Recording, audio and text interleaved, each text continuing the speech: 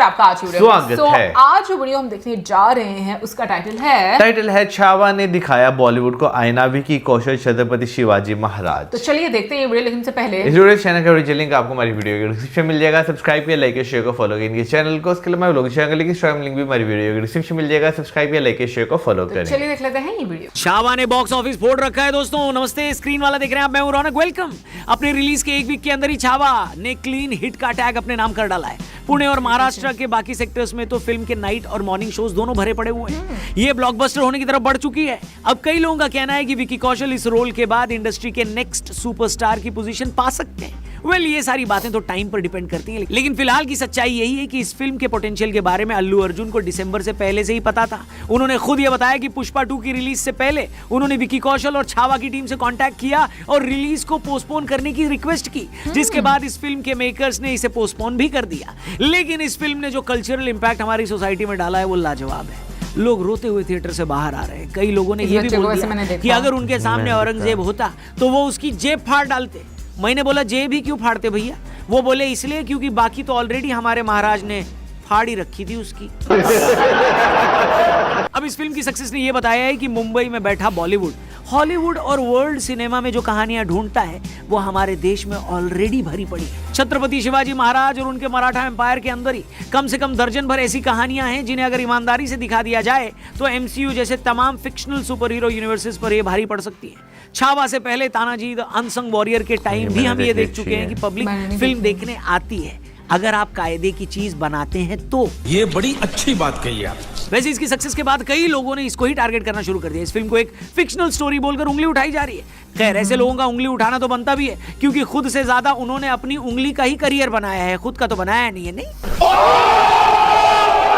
अब ये लोगों के इमोशंस ऐसे ही नहीं है। आम बोलचाल और हमारी सोच तक को फिल्म के कैरेक्टर्स इंप्रेस करते हैं, लेकिन जब हम अपने रियल लाइफ हीरोज की बात करते हैं तो उनका डबल इंपैक्ट पड़ता है हमारी सोसाइटी पर। छत्रपति शिवाजी महाराज का पूरा जीवन ही एक ऐसी मिसाल है, साथ ही साथ छत्रपति संभाजी महाराज का भी, जिनको कई लोगों ने स्क्रीन पर उतारा है। मेरा ये थॉट है कि छावा की सक्सेस के बाद से बॉलीवुड को भी फिल्म्स की एक ऐसी सीरीज बनानी चाहिए जो हमारे मराठा वॉरियर्स पर बेस्ड हो। और भी ऐसे महान योद्धा हुए हैं जिन पर फिल्म बननी ही चाहिए। एमसीयू का ही एग्जांपल ले लो, जहां फिक्शनल सुपर हीरोज को दिखाकर बिलियन डॉलर्स की छपाई हो रही है भैया, बिजनेस किया जा रहा है। इंडियन मूवी इंडस्ट्री अब कम से कम उस लेवल पर तो आ ही चुकी है कि हमारे पास वर्ल्ड लेवल का टैलेंट है, उसे हम अपने रियल लाइफ हीरोज की कहानी बताने में क्यों यूज नहीं कर रहे हैं? बताइए। बात तो सही है। सोच कर देखिए, औरंगजेब जो दिल्ली का सुल्तान था और खुद को शहंशाह हिंदुस्तान बोलता था, वो अपनी जिंदगी के आखिरी 27 साल दक्कन में सिर्फ मराठों को हराने में निकाल देता है और दक्कन में ही उसकी कब्र बन जाती है। वो कभी भी उसको जीत नहीं पाता। दूसरी तरफ 1770 में मराठा एम्पायर दिल्ली तक पहुंच चुका था।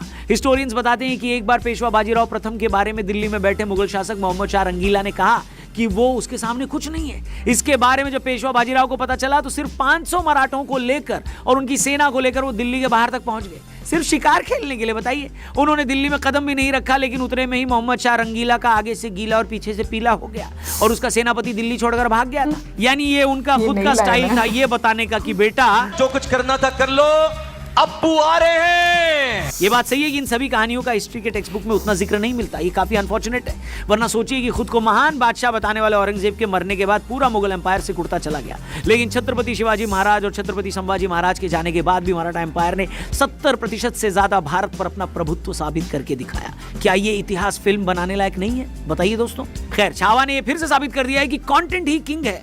बाकी आपका क्या कहना है? क्या छत्रपति शिवाजी महाराज और उनके मराठा एम्पायर पर एक पूरा यूनिवर्स बनाना चाहिए या नहीं बनाना चाहिए? वैसे मराठी इंडस्ट्री ने ऑलरेडी इस पर एक सीरीज बना रखी है, लेकिन हिंदी फिल्म इंडस्ट्री को अगर अपना ट्रस्ट ऑडियंस में वापस चाहिए तो इस ओर एक ईमानदार कोशिश की जरूरत है। बाकी आप अपने थॉट्स कमेंट करके जरूर बताना और डिस्क्रिप्शन में भी एक बार जरूर नजर मारना, क्योंकि वहां पर हमने महाशिवरात्रि के महाअन्नदान के डोनेशन का लिंक डाला है। अब तक 19,000 से ज्यादा लोगों ने डोनेट किया है। मैं चाहता हूं पिछली बार की तरह, पिछली साल की तरह इस बार भी हम बढ़ चढ़कर डोनेट करें और महादेव के भक्त जो ईशा फाउंडेशन के आश्रम में आदि योगी की बड़ी प्रतिमा के सामने महाशिवरात्रि मनाने आएंगे, उनको जो महाअन्नदान वहां के वॉलंटियर्स बनाकर खिलाएंगे, उसमें हम सब की तरफ से भी कुछ ना कुछ कंट्रीब्यूशन तो होना ही चाहिए। इसलिए अगर आप डोनेट करना चाहें तो डिस्क्रिप्शन और पिन कमेंट में लिंक दिया है, उस पर आप भी डोनेट कर सकते हैं और वो लिंक अपने दोस्तों से भी जरूर शेयर करिएगा और जाने से पहले चैनल को भी सब्सक्राइब करके जाइएगा। Thank you for watching screen वाला। कल मिलते हैं, तब तक के लिए जय भवानी, हर हर महादेव।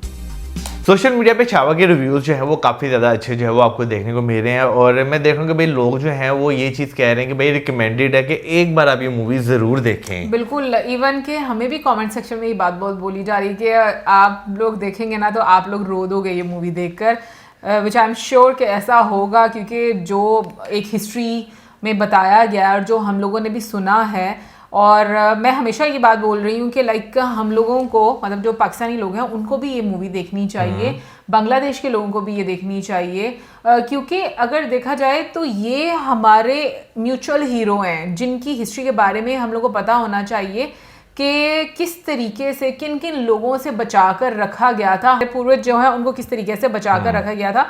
और इवन के काफ़ी ज़्यादा रील्स ऐसी भी आ रही है, स्पेशली एक बच्चे की जो फुटेज दिखाई तो वो बच्चा इतना ज़्यादा रो रहा था, जैसे मतलब फूट फूट के रो रहा था। अब बोल क्या रहा था वो मुझे समझ आ रही थी, शायद वो मराठी में कुछ बोल रहा था, लेकिन सिनेमा में लिटरली बच्चा, आप कह रहे हो कि वो जैसे तकलीफ से नहीं इंसान रोता आंसुओं के साथ, वैसे वो रो रहा था। मैंने वैसे वो नहीं देखी, और भाई इम्पैक्ट जो है वो करती है। बहुत सारी मूवीज़ जो हैं वो हमने देखी हैं कि वो जो है ना इंसान के ना ऊपर काफ़ी देर तक इम्पैक्ट जो है वो रखती हैं, इमोशनल आपको जो है वो कर देती हैं, और समहाउ अगर आप में इमेजिन करने की जो है ना वो एक कैपेबिलिटी है ना, तो आप उस टाइम को ना इमेजिन भी कर रहे होते हैं कि यार वो जो टाइम, बेशक वो संभाजी महाराज की बात की जाए या किसी और की भी अगर बात की जाए, तो अगर उस टाइम को आप इमेजिन करें ना तो आपके जो बॉडी में आपको एक सेंसेशन सी फील होती है कि यार कि उन्हें उस टाइम कैसा फील हुआ होगा, वो किस तकलीफ से गुजरे होंगे। बहुत जुल्म, बहुत ज्यादा जुल्म, मतलब ऐसा वाला जुल्म है जो मुझे ऐसा लगता है कि हमारी सोच से भी परे है कि कोई इंसान ऐसा कर सकता है।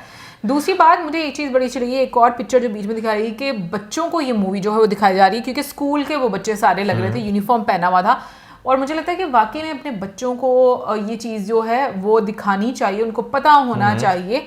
दूसरा, विकी कौशल की अगर हम लोग बात करें, अनडाउटेडली मैं कहूँगी कि अभी हमने सिर्फ ट्रेलर देखा, टीजर देखा, और मुझे उनके एक्सप्रेशंस बहुत अच्छे लगते हैं, और इवन के मैं कहूँगी कि आई मीन उनकी ना वो एक वाइब आपको फील होती है उनकी पर्सनालिटी में, जिस तरीके से आपके सामने जो भी आप कह लो कि क्लिप्स आ रहे हैं उसको लेकर, और रश्मिका की भी तारीफ की जा रही है, उनके डायलेक्ट को लेकर बस जो है वो बात की जा रही है, अदरवाइज एक्टिंग वाइज हाँ लोगों को जो है वो पसंद आ रही है। बिल्कुल, और बस ज्यादा अगर आपको कुछ सुनने को मिल रहा है, आपको म्यूजिक को लेकर जो है वो सुनने को मिल रहा है कि म्यूजिक टाइम को जो है वो मैच नहीं कर रहा। म्यूजिक अगर उस टाइम को रिप्रेजेंट कर देता ना तो एक सोने पे सुहागा वाली बात होती है। लेकिन मुझे बीच में ये बात बड़ी अच्छी लगी जो उन्होंने बताया पुष्पा 2 को लेकर के, अल्लू अर्जुन सर ने उनसे रिक्वेस्ट किया था, और उन्होंने मतलब ये कितनी अच्छी, कितनी खूबसूरत एक एग्जाम्पल तुम ये देखो कि आपको नजर आती है। और फिर उसके साथ साथ उन लोगों का जिक्र किया गया जो कि अब इसको ये दिखा रहे हैं कि भाई इसमें बहुत ज्यादा जो एक फिक्शन ऐड किया गया। यार मुझे समझ नहीं आती, पता नहीं हर दौर में ऐसे लोग क्यों होते हैं, और प्रॉब्लम इसके ऐसे ना बातें बड़ी हाईलाइट होती हैं जो कि मुझे लगता है कि सबसे कम होनी चाहिए। नेगेटिविटी हाईलाइट क्यों होती है? यार देखें, हमेशा हर दौर में ना हर इनके ऐसे लोग हैं ना वो हाईलाइट जो हुए रहते हैं, तो मेरा ख्याल है कि भाव देना जो है वो छोड़ देना चाहिए, चीजें जो है ना वो नॉर्मल रहती हैं। पूछने को तो मेरा यही मकसद है कि जो नेगेटिविटी उसको इतना भाव क्यों दिया जाता है? मतलब देना तो ये सबको पता है कि देना नहीं चाहिए, इसका मेरे पास जवाब नहीं, बस ऐसा है ना, क्योंकि मैंने जो है ना एक चीज, मैं अगर अपनी बात करूँ ना, मैंने एक चीज जो है वो नोट की है कि बहुत सारे लोग जो है ना वो नेगेटिव लोगों के साथ खुश रहते हैं, और नेगेटिव लोग जो है ना वो ये जानते हैं कि भाई किसी को खुश कैसे रखना है। True, मैंने ये चीज जो है वो देखी है, तो इस वजह से जो है ना, लेकिन बैठ कर वो ऐसे बात करेंगे कि नेगेटिव लोगों को होना नहीं चाहिए और ये, लेकिन अगर आप अपनी डेली रूटीन लाइफ में देख लो, अगर आप वैसे देख लो तो जो नेगेटिव लोग हैं, एक तो वो थरथराते बहुत ज्यादा है, वो कहते हैं ना जैसे वो पॉपकॉर्न ही ऐसे ऐसे कर रहा होता वैसे, और दूसरा ये लोग उनको पसंद भी बहुत ज्यादा कर रहे होते हैं। इस वजह से जो है ना मैं नेगेटिव लोगों पे जो है ना वो ज्यादा कमेंट ही नहीं करता, क्योंकि उन पे कमेंट करना ना अपनी एनर्जी वेस्ट करने वाली बात है सारी। वाह मौजम, मुझे इस बात का पता था, लेकिन मैं ये कह रही हूँ कि नेगेटिव एनर्जी को इतना भाव क्यों दिया जाता है? कमेंट सेक्शन में आप जरूर बताइएगा। भाई आपको मैंने बता तो दिया है कि उनको लोगों को खुश रखना आता है, तो उन लोगों को पता भी तो होता है ना कि ये नेगेटिव आदमी फिर वो खुश क्यों होते हैं। लेकिन कौन बोलता है आज के टाइम पे भी, आज के टाइम पे भी अगर देखा जाए तो जब दुनिया के जो बड़े बड़े लोग हैं उनकी अगर बात होती है, कौन बोलता है उनके खिलाफ? यही तो मेरा सारे मुद्दा- उनकी बात सुनते हैं ना, यही तो मेरा बस यही point बात है। ऐसा क्यों होता है? कमेंट सेक्शन में प्लीज अपनी ओपिनियन दीजिएगा, मैं जानना चाहती हूँ। ये एक ऐसा प्रॉब्लम है जो मुझे समझ नहीं आता, सिवाय इसके कि शायद जो लोग उनको फॉलो कर रहे होते हैं उनके अंदर भी कहीं ना कहीं नेगेटिविटी होती है, बस वो इस चीज को एक्सेप्ट नहीं करते। एनीवेज, ये तो थी हमारी आज की वीडियो, और इसी के साथ हमें जो हमारे वीडियो में like channel subscribe share, good bye.